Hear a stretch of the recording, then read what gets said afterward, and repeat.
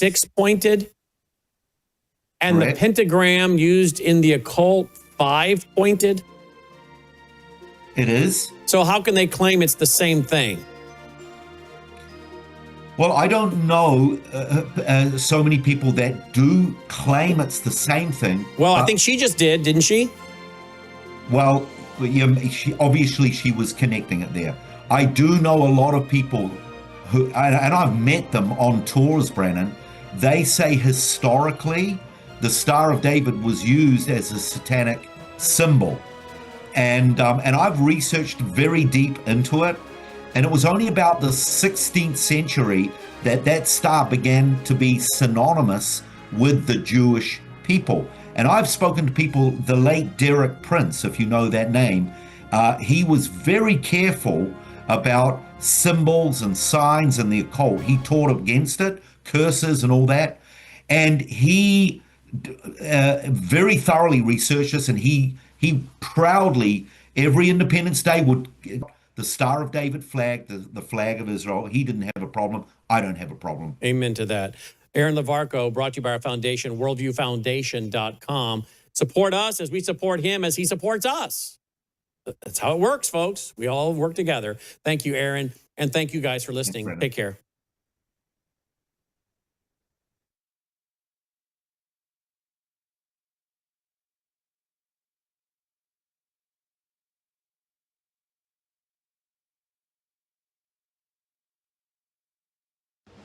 Colonel Rob Maness has a lifelong record of providing dedicated service to this nation. Having worked his way up from the enlisted ranks to full colonel, he served our country for more than 32 years. He has served as a bomber squadron commander, bomb disposal technician, Joint Chiefs of Staff operations officer, assisted the national security team with the campaign plan for the global war on terrorism. He authored the first theater nuclear war plan, and served as the Vice Commander of America's largest airborne intelligence wing. Colonel Rob Maness is a true American hero.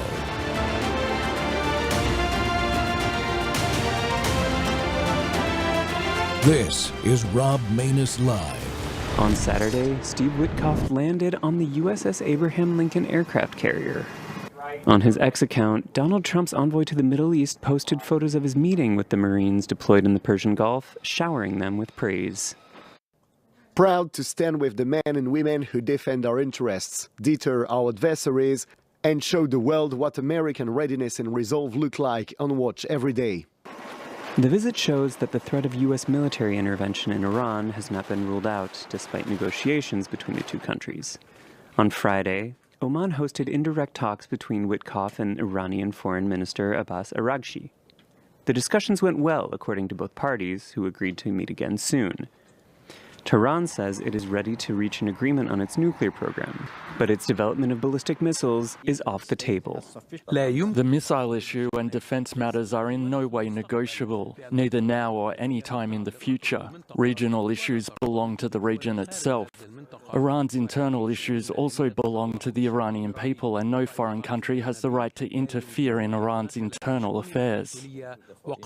Tensions between Iran and the United States have reignited by the crackdown on protests against the Islamic Republic last month.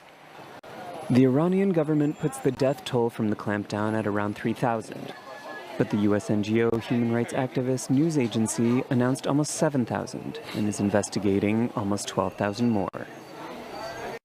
Welcome back to Training Tuesday. The Rob Maness Show's live on Worldview Tube and our X Spaces simulcast. Well, today we're talking about the 4 classic levers of American power, or any country, really, if they're enough to be a superpower. It's diplomatic, information, military, and economic. No matter what other crazy stuff gets added to it, it's basically that. We in the military call it the dime. These are the tools that a true superpower uses to shape the world, protect its people, and keep its adversaries off balance. When they're used boldly and in combination, America wins. When they're ignored or misused, we get weakness, chaos, and decline. Just juxtapose the Biden administration against the Trump administration, 47, and you'll see what we're talking about. Look what's happening right now. We're putting real pressure on the Iranian regime, maximum pressure, again, that's choking their ability to fund terror and threaten global shipping. Militarily, we just seized a Venezuelan oil tanker in the Indian Ocean. The Indian Ocean that was trying to sneak crude oil into communist China. Another clear signal that America is done. We're done tolerating sanction busters, a diplomatic tool who prop up dictators and flood the market with stolen oil. On the information side, we're finally calling out dangerous ideologies that have no place in American public life, like a New York City mayor invoking the Prophet of Islam to justify open border policies that put American citizens last. Can you believe it?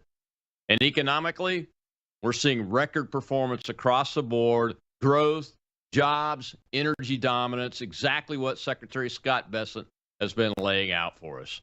This is what American strength looks like when all four levers are pulled together with purpose and resolve and leadership, with no apologies, no hesitation. To break it all down with me today, I'm proud to welcome back a great American patriot and the sharpest analyst you'll ever meet, veteran TV news producer, former diplomat, host of The Real American Sunrise Early Edition, and writer of the must-read Analyst Substack, Jake Novak. Jake, welcome back to the show, my friend. Let's get to it. Thanks for having me. And by the way, you left out the other piece of good news, which is that now that the Super Bowl is over, the 2026 New York Jets are tied for first place in the AFC East. So it's all good news. At long last, I know you're wishing for Joe Namath to come back. It ain't ever going to happen, man. No, it's not. It's not happening. And I can talk about something about the Super Bowl this year. I had the video on my show yesterday to talk about it. Is the B-1 bombers that led the flyby right on the last note of the national anthem, which is very difficult to do. And my profession, the weapon systems officers, are the ones that control that timing and work that problem set from the time before they even take off until they get over the target. And we had another B-1 that they keep cutting the video up because the diamond formation or wedge formation was followed up by a second B-1 in full afterburner coming raging out of the clouds across the stadium. And the idiots keep cutting that part of the clip out. That's the best piece of it and the most exciting, quite frankly. So there, I got it out of my system again. All right. So I led with this because, like you, this is the biggest story that's happening right now. And instead, we got people talking about septic tanks and stuff out in Arizona and stuff. And God bless those folks that are having this problem with their mom, Ms. Guthrie. But that is not and should not be the biggest story of the day, either in the United States or in the world. And it is. And they're not talking about this big, big, big story. Why is this story so big? Well, it isn't a big enough story, in the news media. And this is because, people think that when you talk about media bias, we're just talking about the left-wing bias. And it's a big one. But you know what, Colonel? It's only number 3 on the list of the top 3 biases. The number 1 bias is negativity, frightening stories, divisive stories. And the number 2 one, which I think is really at play here, Colonel, is the geographic bias of the news media. 90% of the news that we get generated in America comes out of people who live in Manhattan, who don't know anybody in the military, never had anyone in their families in the military. And some of them will quote I had a great grandfather who fought. No, that doesn't count. And, to me, this is such a huge story. This is a massive deployment in the Middle East. There are hundreds of thousands of American families affected by this in the most real way possible. This isn't someone who got upset at a Super Bowl halftime show. This is someone with a loved one who's in harm's way. And it's always in harm's way. Even if the shooting doesn't start, this kind of massive deployment is not easy to put together, kind of like the B-1 bomber coming out of the clouds. It's not easy to do this without any snafus coming out once in a while. And if we only had a news media that thought about the total number of people and where they can get people's attention. Again, this isn't a partisan thing. You don't want to be a rah-rah right-winger, and I get it. Okay. But can't you just at least say there are, like what I just said, there are hundreds of thousands of American families whose loved ones now are being deployed along with a massive amount of our weaponry and naval ships and the things like that. Why is this not the top story in America? And it's mostly because of that second bias, this geographic bias. The people who make the news decisions in America don't know anyone in the armed forces, never knew anyone in the armed forces, and have no idea what this kind of undertaking amounts to. There's your answer. Yeah, just folks, even with the high recruiting numbers that we have today, because we now have good leadership in the Department of War, only a little bit less than 1% of all Americans volunteer to serve in our military these days. So, Jake, your point is exactly right. These dang companies that do media should be hiring more veterans, especially veterans that have experienced all forms of combat. And they're out here available, but nobody ever calls. The phone never rings because they don't like our story. They don't like what we have to And say. they need it. They need it badly. I can't tell you how many local news stations I was working at, and where there would be a shooting somewhere, and you'd have an executive producer of the main show. This, even like a place when I was working in Cleveland, where maybe that show was bringing in a couple $1 million in revenue back in the '90s, which was nothing back then. And you have an executive producer who there's a shooting somewhere, and the guy says, well, was that a Magnum 358? I mean, like, it's just incredible. Like, you have absolutely forget about the military stuff. They don't know about guns, and you don't always have to know everything about guns, but if you're in the news business, the local news business, you better know a little bit about guns, or hire someone who does. And they don't do that. Or at least run it through an editing system that will catch something that doesn't exist, like a 358 Magnum. It's a 357 Magnum, folks. Come on, don't you know anything? But this is the biggest story, I think. Here's why I think it is, and that's why I led off with the dime definition, because this story is the essential use of diplomatic, informational, military, and economic power in concert with each other in the right ways. Now, we don't know the outcome. We don't know if we'll end up having to go kinetic on them again. But this is what it looks like when things are being done right by the United States of America. And folks need to understand what they're seeing when they listen to any news coverage of this, don't they? Yeah, and it's so important that you talked about all those things moving in tandem. Contrast this with the way Europe has been handling the Russia-Ukraine situation.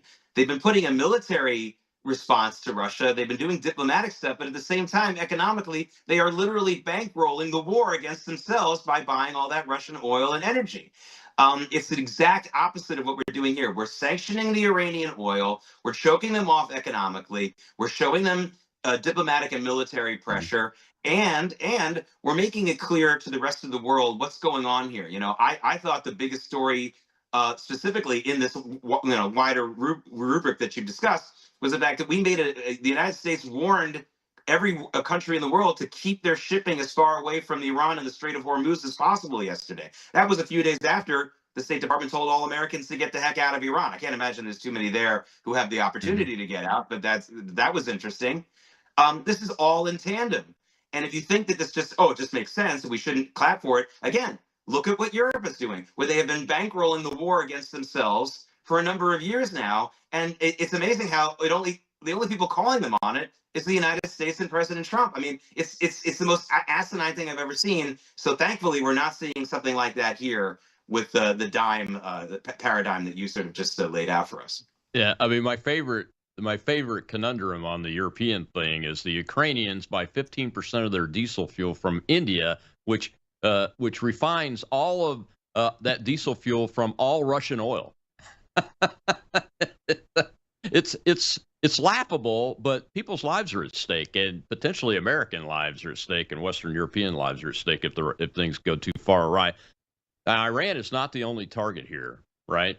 The Chinese, and to a lesser extent, the Russians, because they have a close production capability relationship with the Iranians. But the Chinese, especially, are one of the big targets of this operation, even though it's all about Iran from a messaging perspective. But there are multiple targets on this board that we are having an effect on in their thinking and their actions, aren't there? Yeah, and it's really nice that there's a little bit of a smaller scale model of what China better be worried about going on right now south of our own border. The Cuban government is in serious, serious trouble now that we've choked off their Venezuelan oil and financial supplies. So, hey, China, you're going to be in a serious trouble if we get regime change in Iran and we get a regime that isn't going to play games with you anymore, isn't going to let you in and your engineers to do your Belt and Road stuff and your weapon systems, isn't going to give you a free flow of oil and energy. You want to have happen to you what's going on in Cuba right now? I think in a lot of ways, Colonel, what happened in Venezuela was meant as a signal to China for what we might do to them with much bigger players. And you can say, well, the Iranian regime isn't going to change; it's not going to move, but it certainly is closer to that than it was a few years ago, and it's definitely a much more plausible outcome. All the prediction markets out there have it as a rising possibility. And if I'm China, I'm really worried because the United States, this administration and this president right now it's really like a Goldilocks situation. The thing that's always been rough in America is when you get a president reelected, is that as soon as he gets reelected, he's immediately a lame duck. This president is acting like that. It's still like his first term. Plus, he also does, but it's still a second term because I don't think he's running again. All that chatter about him doing that is really just a joke. So he really doesn't care, and he's just going to do what he feels is the right thing. Yeah. And we haven't had a president doing that probably since Roosevelt in his third term. That was probably the last time we had a president who didn't worry about the connotations of things because he was in like Flint. You know what I mean? Yeah. It's I don't think he's going to run either, but I've been wrong about Donald Trump before. And Bill Maher is making all kinds of. He's got an ad out about that with Bannon when he was on his show. That I seem to see every 5 minutes these days. I'm watching the wrong channels, I guess. So maybe he thinks he's going to do it. Before we go to the break, I just want to set the stage. The next segment, we're going to start with a clip of the Venezuelan oil tanker that wasn't captured in the Caribbean or the Atlantic, but it was captured by the United States Armed Forces in the Indian Ocean, and its destination was the Communist Chinese, because they depend a lot on oil from all sorts of sources, and Venezuela was a huge one, and we have shut that down completely, not even able to get to China from the Indian Ocean. I'll be right back with Jake Novak. It's Training Tuesday. Pay attention.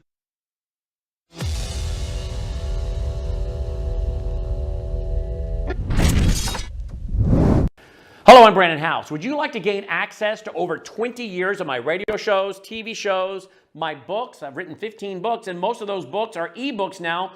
And we have conference DVDs, conferences where we filmed our conferences at the Ozarks, literally starting 20 years ago. It's all available in our archived vault. All you have to do is go to worldviewtube.com/vault, worldviewtube.com/vault, and for a reasonable monthly fee, you gain access to over 20 years of Christian worldview programming, news, information, books, documentaries, and a powerful search engine. And folks, it's a great way not only to educate yourself, equip yourself, but it's a big way that you can help fund our continuation as a broadcast network. Please check it out. worldviewtube.com/vault, worldviewtube.com/vault, and help us continue pushing out a Christian worldview.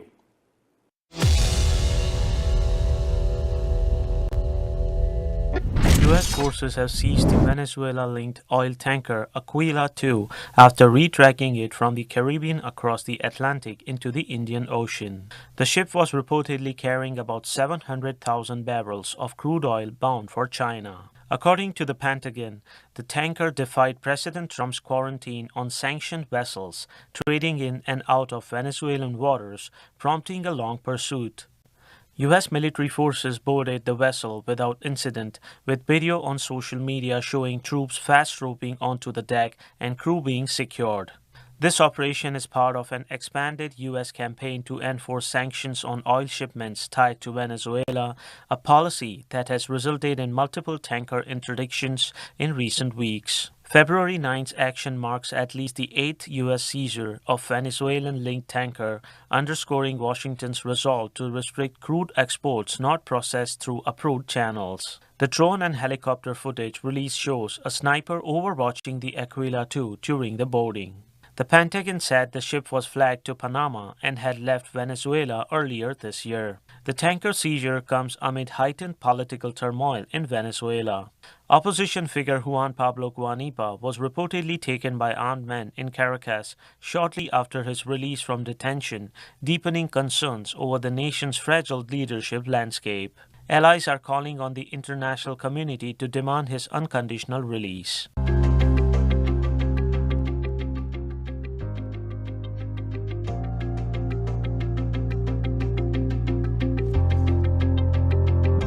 Welcome back to Training Tuesday. The Rob Maness Show is live on Worldview Tube and our X Spaces simulcast, and we're having some technical difficulties with some of the streams on my channels. You can pick this up on definitely on the Facebook fan page at COL Rob Maness. And I haven't had time to check the Rumble channel, the Rob Maness Show, but you're probably able to get it there too, and probably on YouTube, the Rob Maness Show. But something's going on with the X video stream, folks. My guest today is Jake Novak.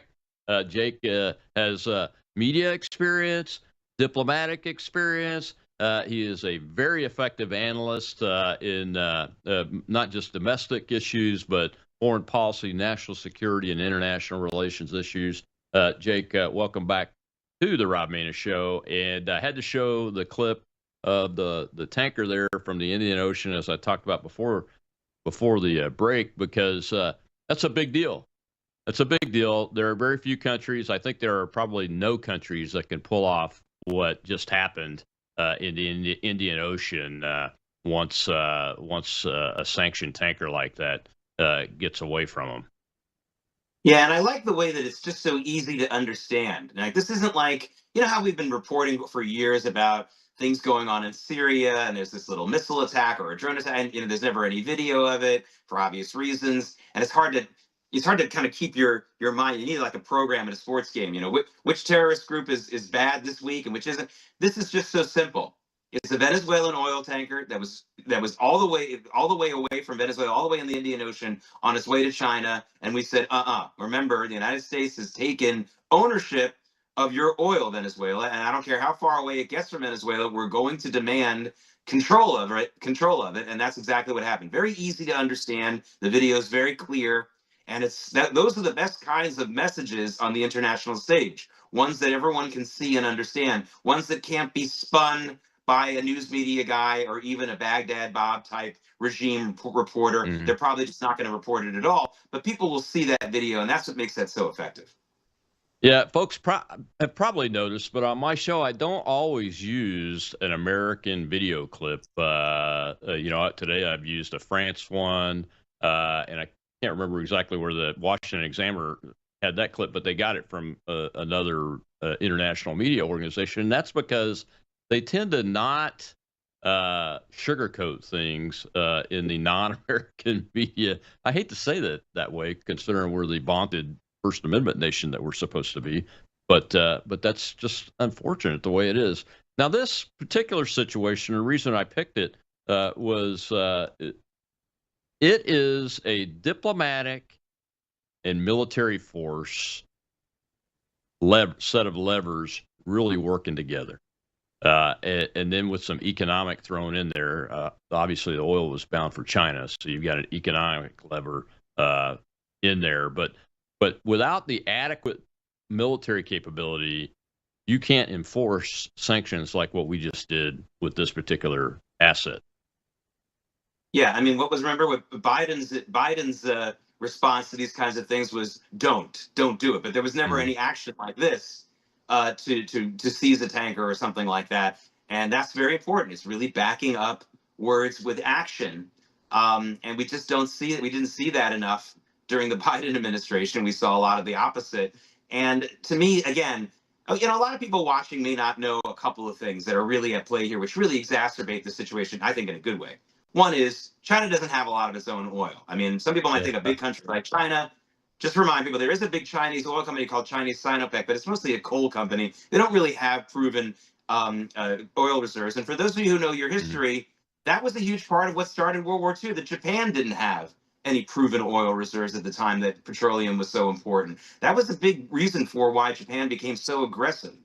before in the years leading up to World War II, if you don't know that. So that part of the world, that's a big story that we shouldn't forget. The second thing is there's going to be people who are going to try to get away with saying, well, the United States is really getting aggressive. They're putting their hands in every part of the world. How dare they do that? China has us beat on that by 10 to 20, by a factor of 10, 20 to 1. China's got its hands in every country in the world, including ours, with different influence and different, really intrusionary policies. Sometimes it's something as simple as the Belt and Road Project, which is really like selling crack, because roads, once you build a road, the expense of that is forever, baby. And you've literally created an addict for your product. So that's pretty simple to understand. But there's other things as well. I think here in the United States, the Chinese influence over our news media, I talked about it a lot last week. You know, we had this huge story out of China 2 weeks ago about the #2 guy in China getting purged and being accused of leaking nuclear secrets to the United States, and it wasn't covered by the mainstream media. And if it was buried in, on a Wall Street Journal page down below. And the reason is very simple: the Chinese investors in America's corporate media have made it clear, no negative or shaky stories about China, and so you don't see any of them. You don't see it. It's incredible. And that was a sexy story. I would have clicked on it. On any nation, I would have been excited about it. I mean, I ended up hearing it from other sources. So, but you're going to hear, Colonel, a bunch of people responding like, how can the United States get so involved in all this? I mean, how dare they interfere in China? I mean, you have no idea how much China has interfered in all the other 160, 70 countries in the world, 190, and including ours. They're the most intrusionary country in the world.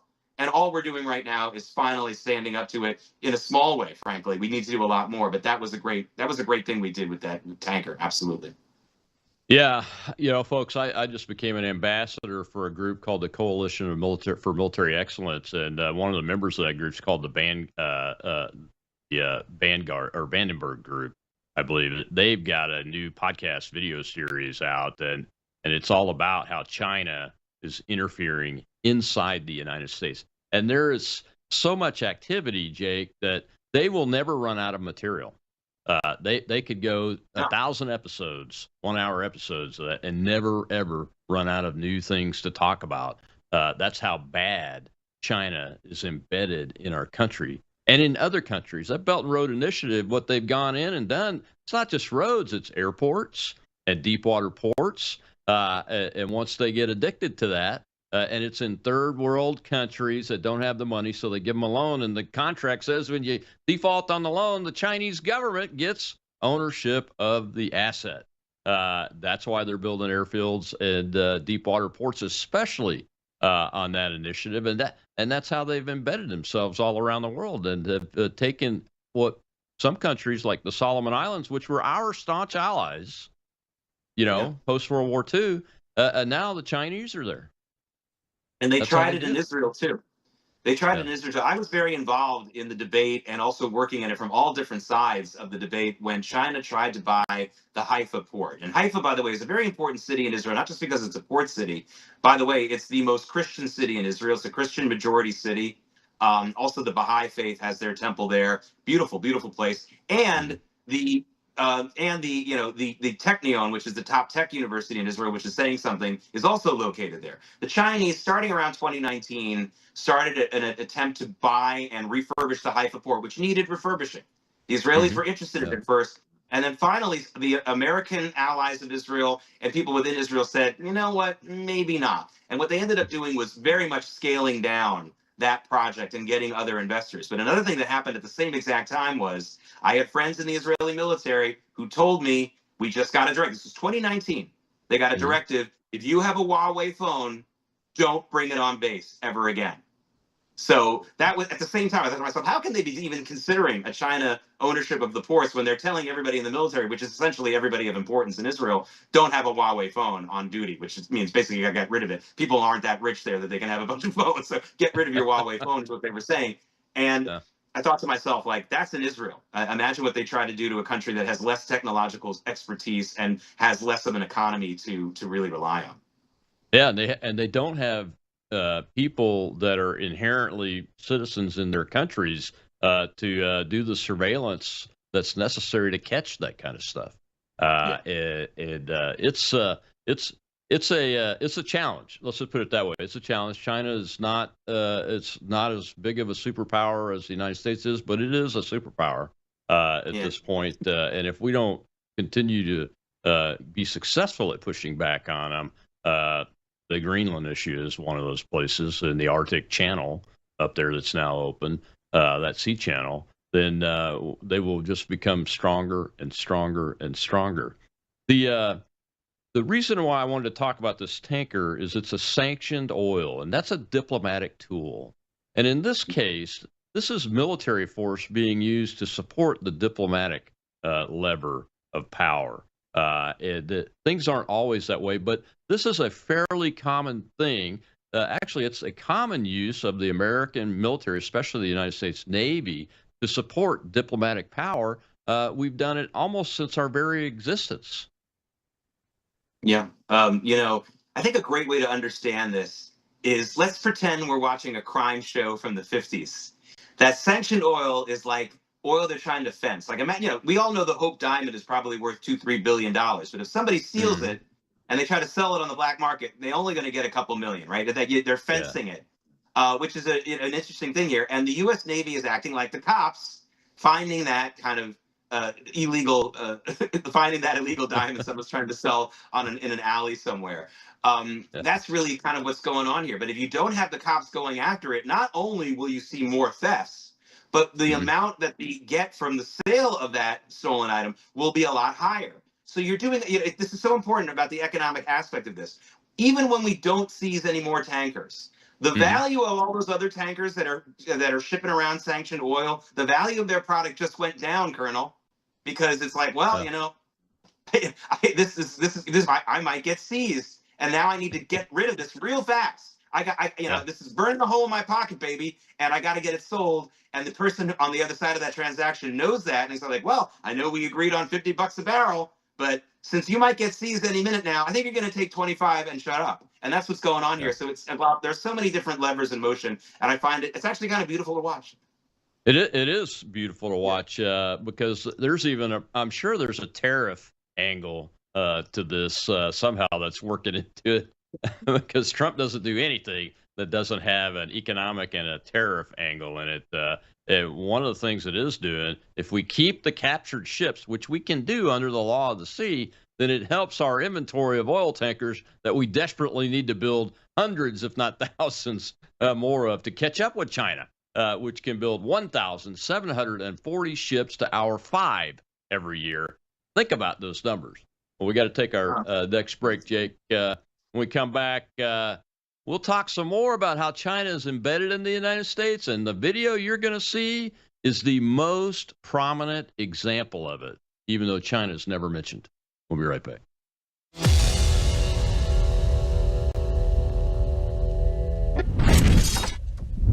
What if millions around the world could access Bible teaching and worldview training for free right now without hitting a paywall?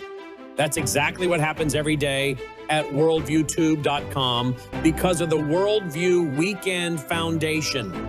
We don't lock our live stream behind PayPal. We don't restrict our content to members only. Instead, the Worldview Weekend Foundation helps cover the cost of delivering free educational and ministry programming to people across the nation and around the world. And it's not just programming. My Sunday night church service, where I taught verse by verse through Revelation for 18 months, and now I am teaching through the book of Daniel, is made possible through the support of our church, Worldview Weekend Foundation. If you believe this kind of truth-centered biblical teaching must continue, donate today. Go now to worldviewfoundation.com. You'll also find our mailing address and phone number there if you'd rather give by phone or mail. That's worldviewfoundation.com. Thank you.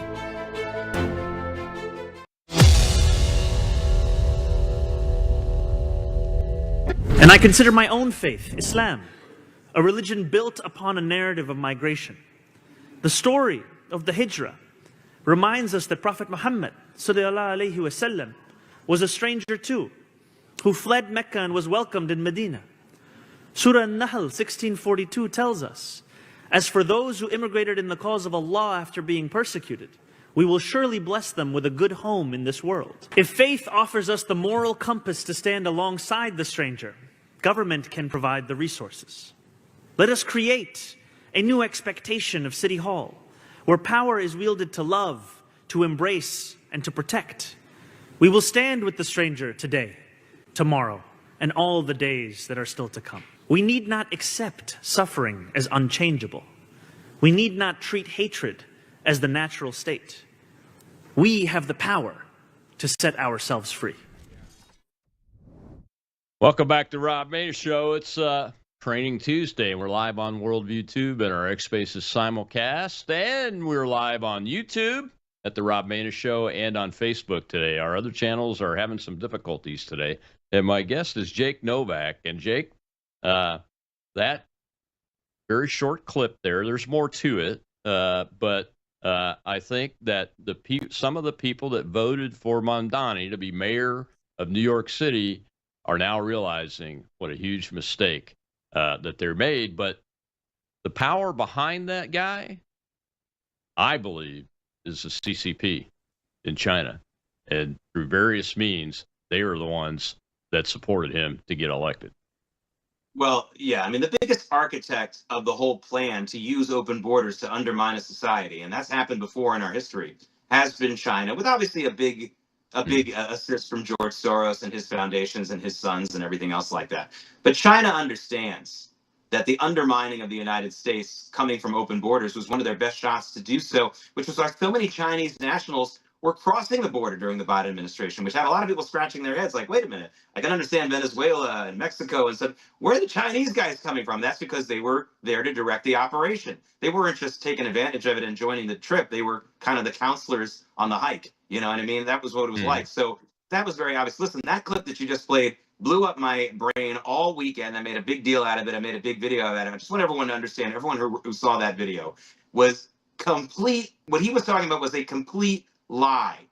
Muhammad was not welcomed by the people of Medina. They didn't like him. And Muhammad returned the favor by calling for the killing of everyone in Medina. That's the model of open borders we want to follow. Some guy coming in and telling everyone to kill everybody in the town. And by the way, they did kill a lot of the people in the town. And Muslim migration, I mean, a migration being popular. What is he talking about? If you you can't go on the pilgrimage if you're not a Muslim. You can't go into the city of Mecca at any time if you're not a Muslim. It's the most repressive anti-open borders religion that you can think of. And by the way, I'm actually not even criticizing it. I'm just saying what it is. This is their religious principle. They don't believe that non-Muslims should be in a particular holy site. That's their religious belief.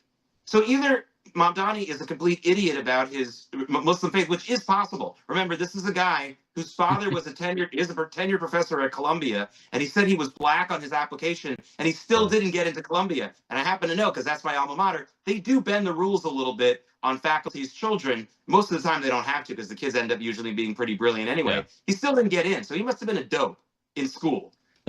Or, and by the way, these two things aren't necessarily mutually exclusive, or he's a liar. He knows darn well that Islam is it's the opposite of an inclusive faith, and it doesn't allow mass migration into its cities, into its countries at all. Not then, not now. And for him to say this is the example we want to follow is just incredible. Yeah. Go ahead. And next to the Chinese, Islam is the next level of conquering by immigration. I mean, it's built into their ideology. Which is why I don't believe Islam is a religion. I believe it's a tyrannical government ideology that is intentionally made to look and sound like a religion, and that even down to their concept. You mentioned that he was lying. Probably he is lying. He's not a stupid guy. He may be a little on the low intellectual side, but he's not stupid. He's lying. He knows he's lying because he knows Islam. He is Islamist, and Takia encourages him to lie to achieve the Islamic goal of conquering every piece of dirt that's not occupied by a believer and that's occupied by unbelievers. Yeah, let me flesh that out for you a little bit for those who are watching and not really understanding exactly what the Colonel is talking about. Both Judaism and Christianity, as much as they would prefer to have sovereignty, political sovereignty, they're both religions and religions that you can completely practice without having control of the nation that you're living in. Now, in the case of Jewish tradition, unless you're living in Israel, there are a number of commandments you can't fulfill. But even if a foreign country, God forbid, takes over control of the land of Israel, that you can still be a fully practicing Jew. Yeah. Christianity, with its focus on faith, obviously doesn't need to have political sovereignty. It's one of the problems that people have with the Vatican and the old days when there were Christian, the church was actually running countries. It was actually quite problematic for them. So but that is not something that Islam has yet been able to work out for itself. Islam as a religion being able to live in a pluralistic society where they don't have control of the government, where they're not the majority, where they can live in peace without trying to conquer the political reality of the political landscape. That's not something Islam has figured out yet. So, and that makes it different from Judaism and Christianity. Yes, we prefer to have a state of Israel where the Jews have control of a state. We prefer to have a United States where Christian principles, well, we hope that'll happen, aren't abrogated by the government, where we're not forced to teach things that are against Christian faith, and we're not forced to use our taxpayer money to pay for abortions or for trans education or trans surgeries and things like that. So we've got ways to go here in the United States too. But we can still be good Jews and good Christians, even if we don't control a country politically. Islam hasn't figured that out yet, which is why it stands out and why it's having such a negative effect on the world, on the geopolitical scene for the last hundreds of years, not just the last 100 years or so. Yeah. Yeah. Even simpler, Jake. Here's how you know, folks, if something that's calling itself a religion isn't really a religion, it's a form of government and governance and tyranny. Because take a look around in the Jewish state of Israel, there are no religious police that walk the streets and patrol enforcing Jewish religious law. In the United States of America or any Christian country, let's go to the Vatican. There are no religious police enforcing Christian religious law and behavior anywhere. Nobody says you will wear something on your head to go into the Catholic Church.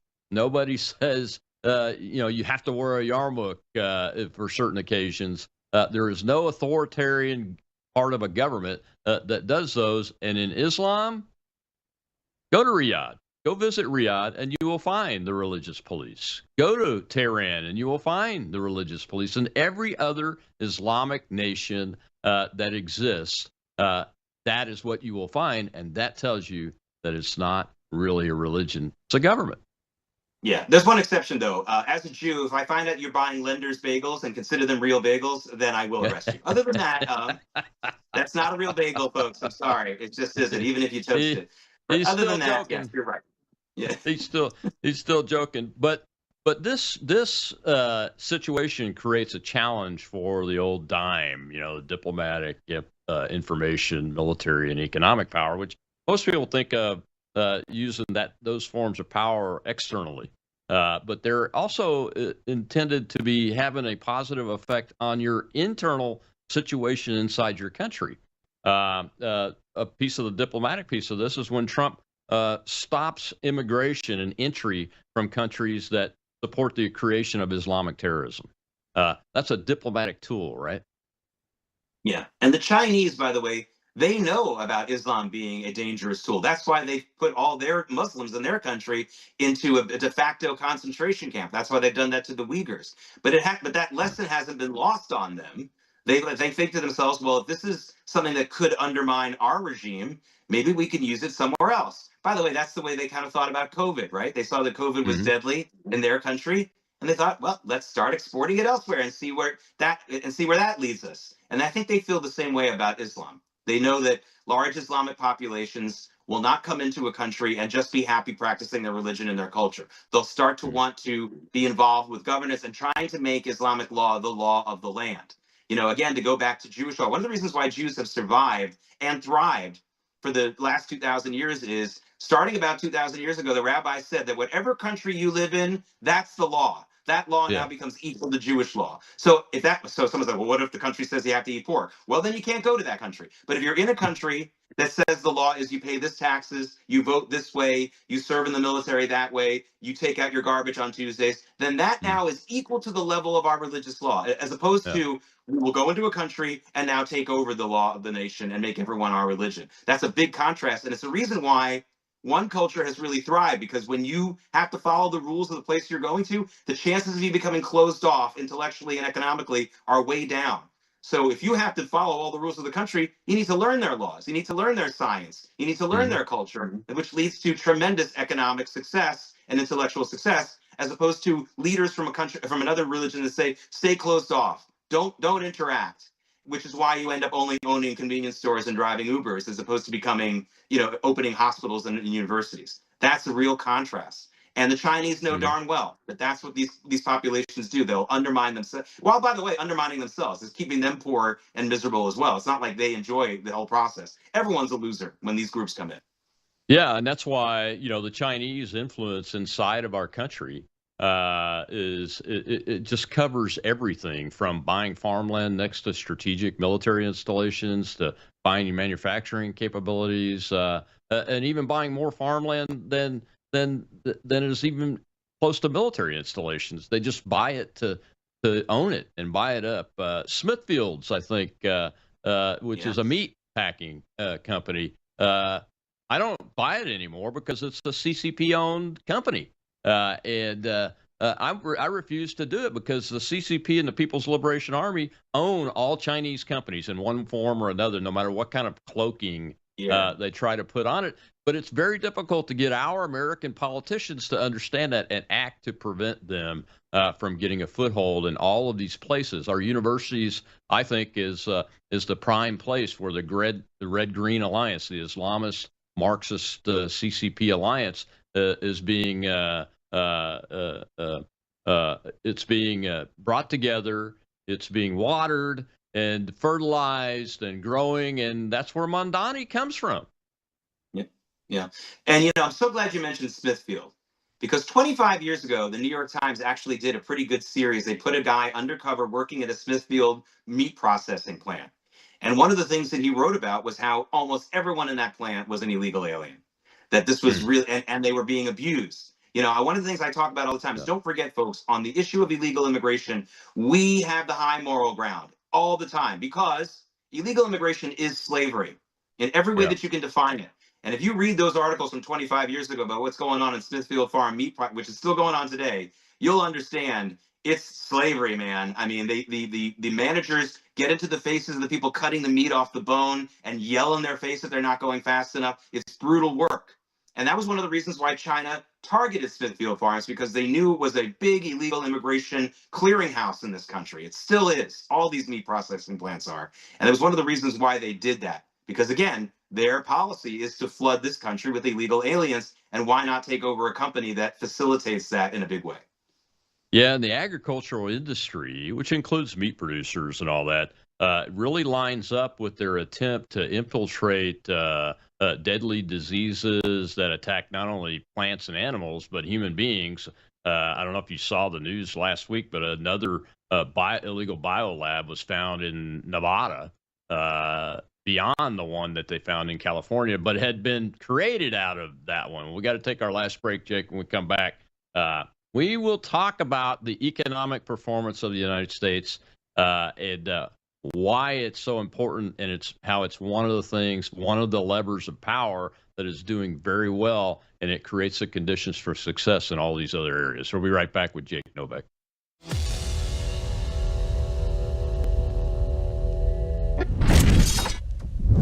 You woke up with a sore throat and a low-grade fever. You know you are getting sick, so here's your choices. You can get sicker and miss work. Try to see a doctor this week, or sit hours in a crowded waiting room at urgent care. I have a smarter option for you. Open your medical emergency kit. Match your symptoms to doctor-recommended prescription in your booklet, and take the right meds now and get well faster. This is not a first aid kit. It's like having an urgent care in your home. It includes doctor-prescribed medications to treat over 39 medical issues like respiratory infections, strep throat, pneumonia, UTIs, and more. No waiting to see the doctor, and no standing in line at the pharmacy. It's right here. Every home should have at least one medical emergency kit, and here's how to order. Go to worldviewhealthcare.com. Your kit to treat dozens of common and serious illnesses is rushed to your door. worldviewhealthcare.com.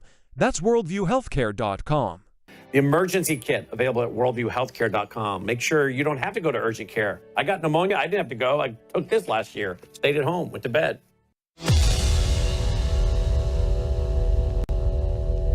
Laura, the numbers have been incredible.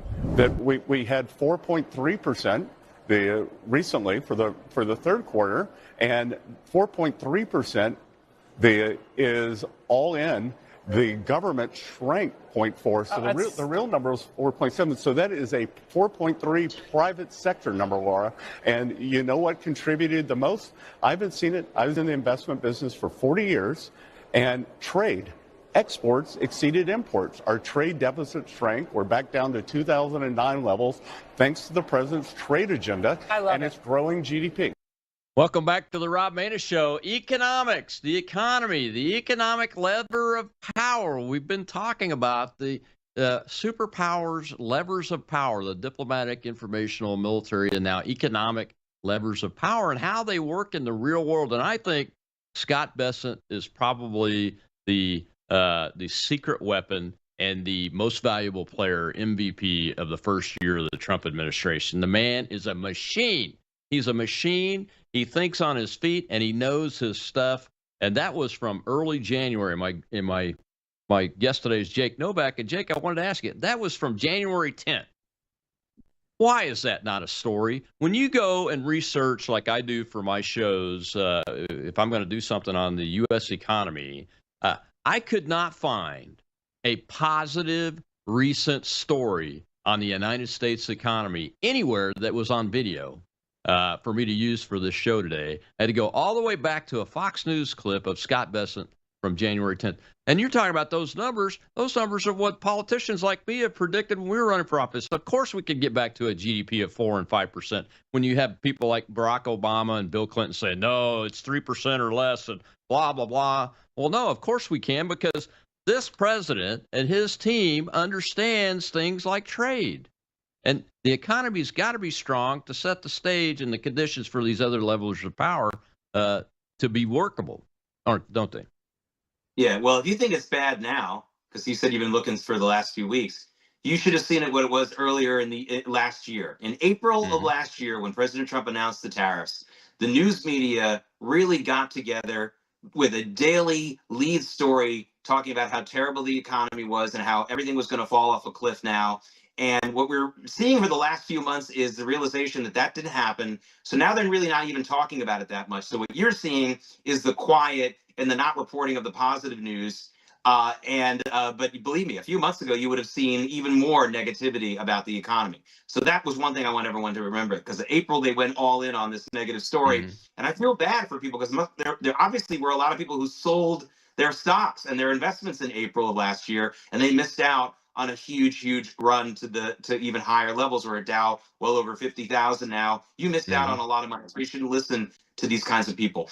But there's a couple of things that everyone needs to remember. First of all, the Colonel and I are not stupid. We know that even if the economy is really strong in America, it's very difficult to talk about it all the time, because no matter how well the economy is going, there's always going to be a significant number of people who are not participating in the good news. And you don't want to come off insensitive or oblivious to that. You know, George H.W. Bush had a lot of problems in his campaign to win re-election in 1992, but him looking at his watch and during the debate and not seeming to really even pretend to care, which is sad that pretending to care is worth something in this world, but it is, sadly, about the economic plight of Americans at the time. That really buried him. So there was that.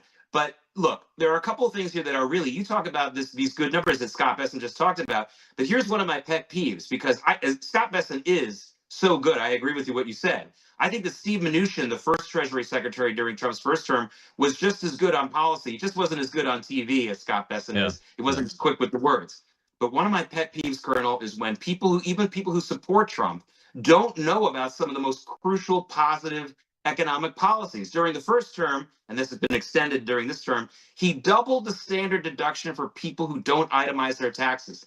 Gosh darn it, if you're a Trump supporter and you're not talking about this regularly, shame on you. This was the first trickle-up tax cut in the history of this country. It finally worked. The Democrats have been promising it for years. This was basically the blue-collar tax cut, and it played a huge role, not just in a better life for those people who got that tax cut, but for the economy in general.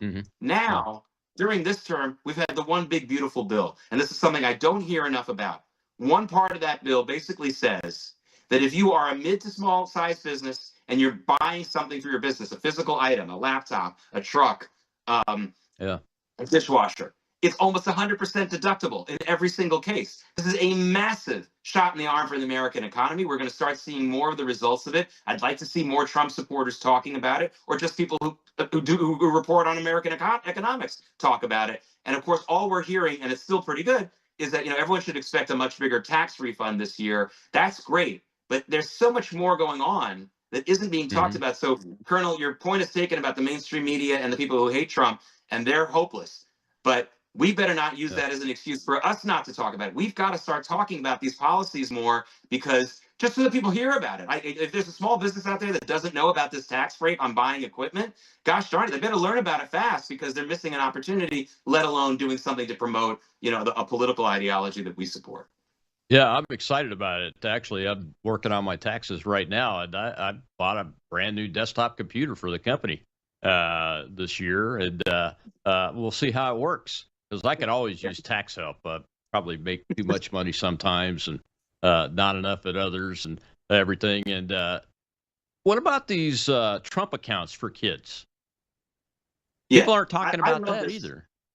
Yeah, I mean, this is just a simple way of basically saying, for how many, again, it's funny how, Trump is a lot like Richard Nixon. And Richard Nixon everyone should read a book about President Nixon, written by an author named Doug Schoen, who is a relatively level-headed Democrat. He wrote a book about President Nixon years ago. And one of the themes in the book was how Nixon stole a lot of the Democrats' agenda, from ending the Vietnam War to providing drug treatment for people who were hooked on heroin. And by the way, Nixon's heroin program was the most successful anti-drug program this country's ever had, because he basically put people on methadone, which doesn't make you into the greatest situation in the world for you, but it works. Right. Trump is doing this too. For years, we heard about the liberals saying, well, 401ks are nice and IRAs are nice, but what about everybody else in America who doesn't work in a corporation and can't get, you heard the liberals whining about this for years, but they never did anything about it. What the Trump accounts for children are is very simply a 401k-like account that you can open for your child at birth, that works like a 401k, works like an IRA, and you don't have to work for a corporation. You don't even have to work. You can just make a contribution every year, or not. Hopefully you are, and you'll get these major breaks from it. This is basically giving everyone an opportunity for a 401k. I know the Rand Pauls and the Thomas Masseys and all the libertarians are like, oh, we can't do that. You know what? That should be the worst thing that we do with government interference, creating something that already exists by government fiat, which is a 401k, which was it's not a business idea. It was a government bill that passed it. It was a Senate bill. So why not? Why not extend that to everyone in America? It's already something that's part of our economy anyway. It's never going to go away. They're not going to get rid of 401ks unless the communists take over. So why not extend it to everyone, which is exactly what this is. And it literally steals a talking point that the left had for many years and was never able to do anything about it, because I don't think they really care. And you know what a lot of people are missing about this new program, Jake, is that if your child was born in 2025 up to today, I think, going into the tax due date, anytime in there, if they were born this year, this past year, the government puts $1,000 initial funding into that account, $1,000 at birth.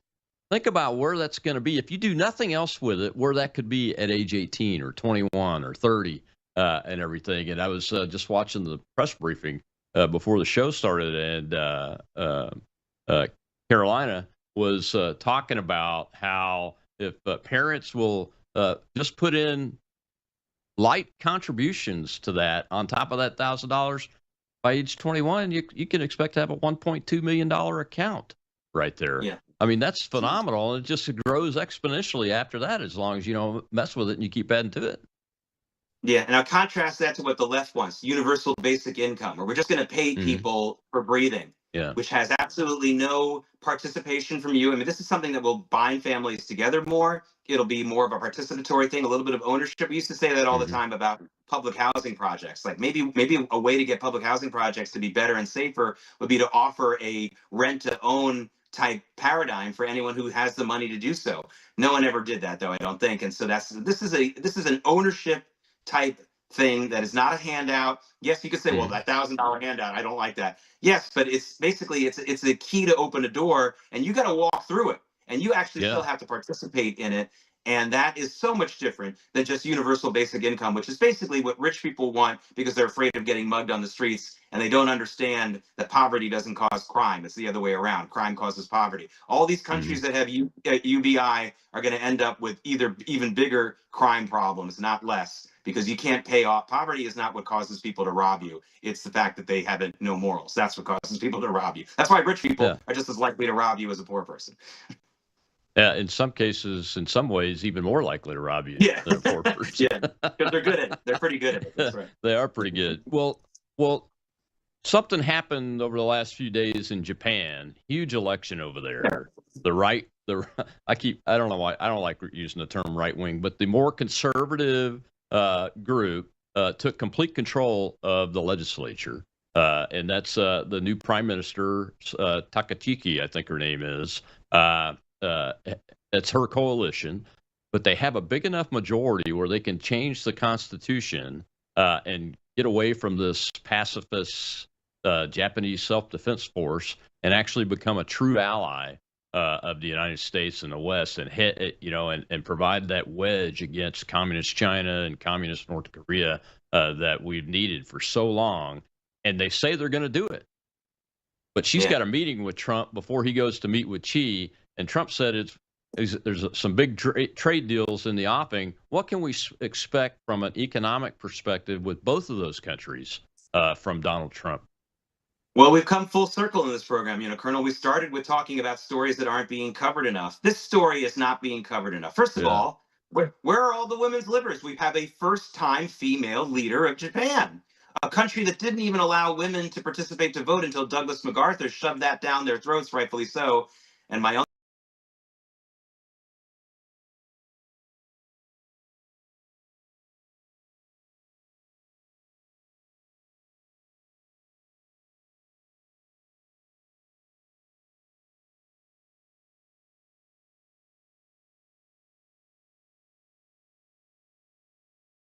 it was a massive landslide, which is a good thing.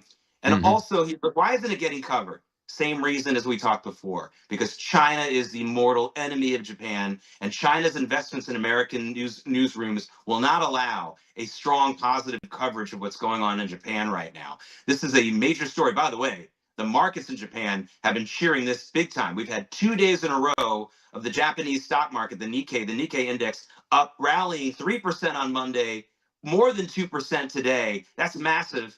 And so that's because they're like this leadership, but they also, because of what you also just said, they now believe that there's going to be a major trade deal that really means something, that's going to be announced before April rolls around, or in April. And so they're cheering all of these things, and you don't hear it. Not only do you not hear it on CNN or ABC or NBC, but it's not really even being covered on CNBC, my old channel. It's just an obvious scandal. They are so China whipped. They're China whipped. Our news media is China whipped, and they won't report on this stuff, even though it would be a clickable story. A woman leader of one of the most traditional patriarchy,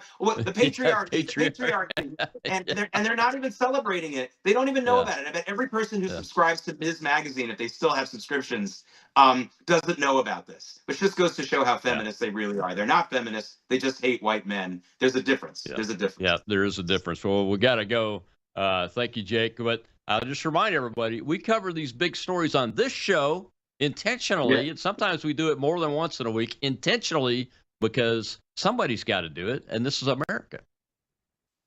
Yeah, I mean, and there's you got a lot of opportunities, because they're just dropping the ball. I literally would like to do a 1-hour show every night doing the big stories everyone else didn't cover, and it would be higher rated than everybody else. Absolutely. Well, man, thank you very much. You can find him on X at JakeNY, Substack, and everything else, man. Tomorrow, Austin Peterson, former presidential candidate in the Libertarian Party. He's a Republican, and he's got a new concept that he's talking about called libertarian nationalism. And you will not believe how close he and I are. I consider myself a liberty Republican, but I think I'm really a liberty nationalist because he and I have become very close in our viewpoints over the last couple of years, especially since Trump was reelected. I'll see you then on the Rob Maness Show.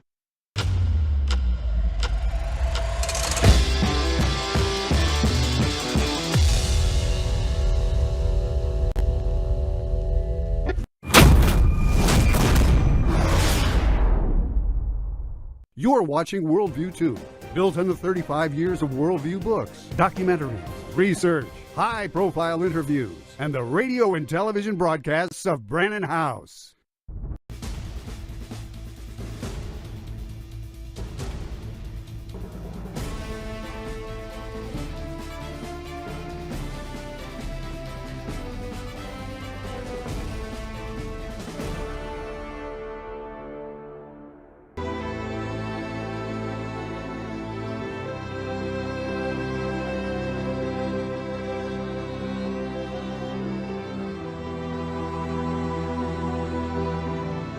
میدونستی فاصله این تا این فقط یک کلمه است؟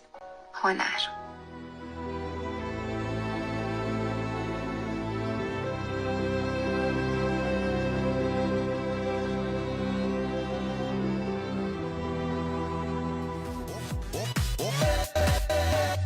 Being norm, could we not a norm? Baby, baby, not more, 좀 아는 norm. Being norm.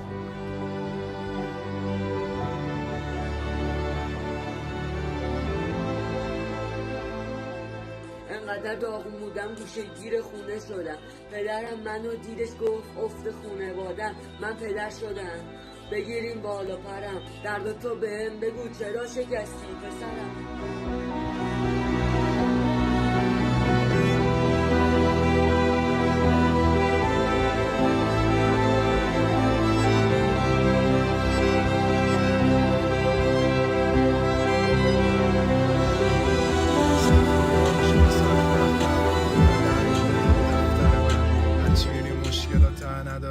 زیاد همه بودن ولی کم برا من. فهمیدم لنگ باشی فرداش میرسن. امیدت داشتم یه و همش میشه پر. رنگ روزات میشه قبلم تیره تر و توی و دل تو تیر و ترکش غم. ولی نمیفهمتید کسی انگاری دنبال خروج از این.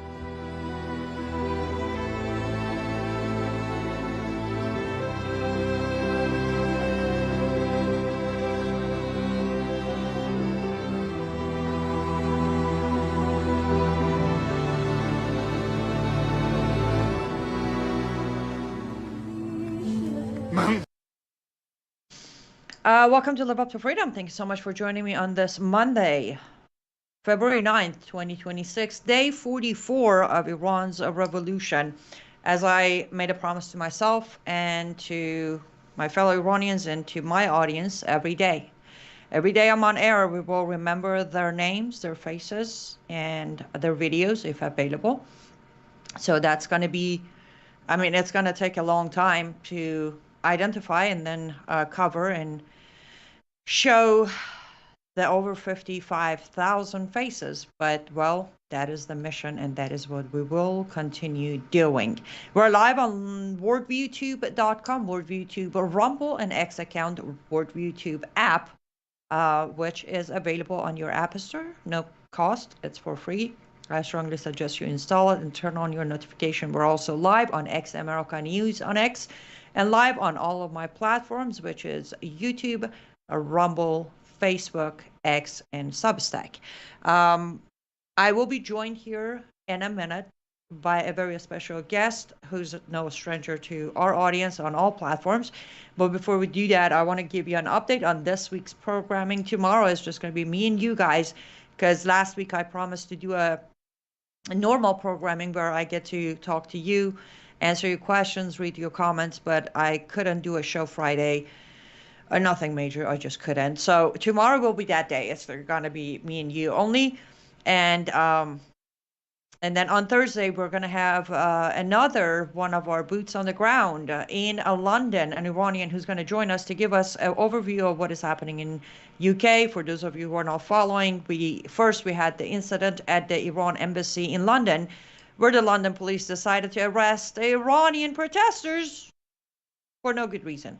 And it wasn't just a simple arrest. It was beat him, put him in handcuffs, drag him into police cars. And then, of course, to this day, as we speak right now, UK is one of the few European countries who's still refusing to list IRGC as terrorist groups. So we have a lot to talk about as far as UK, London specifically, and the Iranians there trying to support the Iranians inside Iran. So that's going to be Thursday. And that's all the updates I had. I'm working on a very special guest for Wednesday, but I'll keep you posted. Also on Substack, I want to give a big shout out to all my Substackers. I do see your comments as always. You guys are amazing. I appreciate you understanding the circumstances and the situation where I had to slow down. I didn't stop, but I had to slow down on writing daily articles on Substack because there's just too much, not enough time. So I appreciate you guys staying with me, not leaving, not losing interest, and that means a lot.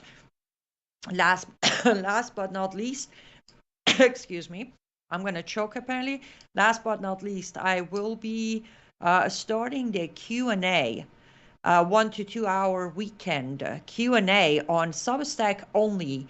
It's not going to be paid subscribers, but you have to be a subscriber on my Substack to be able to join those live Q&As. And I haven't decided either Saturday or Sunday or what time, so I would greatly appreciate it if my Substack